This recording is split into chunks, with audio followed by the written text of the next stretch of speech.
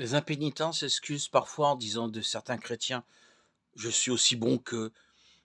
Ils ne sont pas plus désintéressés, pas plus sobres, pas plus circonspects dans leur conduite que moi. Ils aiment les plaisirs et les jouissances autant que moi.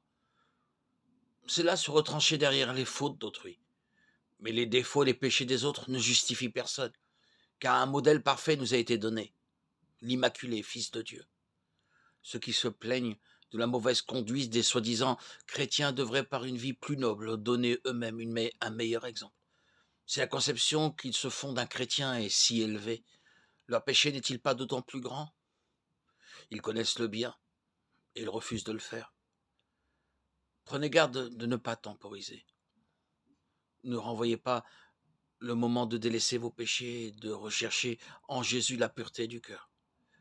C'est précisément ici que des milliers de personnes ont commis une erreur fatale. Je n'insisterai pas sur la brièveté et l'incertitude de la vie, mais il y a un terrible danger trop peu compris.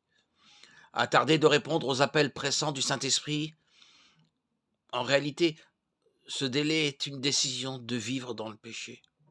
Ce n'est qu'au péril de son âme qu'on peut tolérer un péché, si petit qu'il puisse paraître. Ce que nous ne vaincrons pas nous vaincra et causera notre ruine.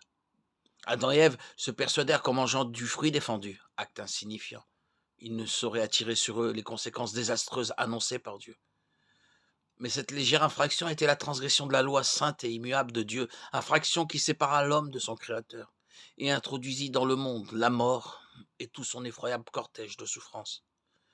Dès lors, siècle après siècle, notre terre fait monter une clameur douloureuse, et la création tout entière soupire et souffre les douleurs de l'enfantement. Le ciel même a ressenti les effets de cette rébellion contre Dieu. Le calvaire est un monument du sacrifice inouï exigé pour expier la transgression de la loi divine. Ne considérons pas le péché à la légère. Chaque manquement, chaque négligence, chaque refus de la grâce de Jésus-Christ a une influence sur vous-même. Le cœur s'endurcit, la volonté se pervertit, l'intelligence s'émousse. Vous devenez non seulement moins enclin, mais moins apte à répondre aux appels miséricordieux du Saint-Esprit. Plusieurs font taire la voix de leur conscience alarmée en se persuadant qu'ils délaisseront le mal quand ils le voudront. Ils s'imaginent qu'ils peuvent se jouer des appels de la miséricorde divine et rester néanmoins susceptibles d'en être touchés. Ils pensent qu'après avoir méprisé l'esprit de grâce et s'être placés sous la coupe de Satan, ils pourront, dans un moment de terrible extrémité, changer complètement de conduite. Mais cela ne se fait pas aussi facilement.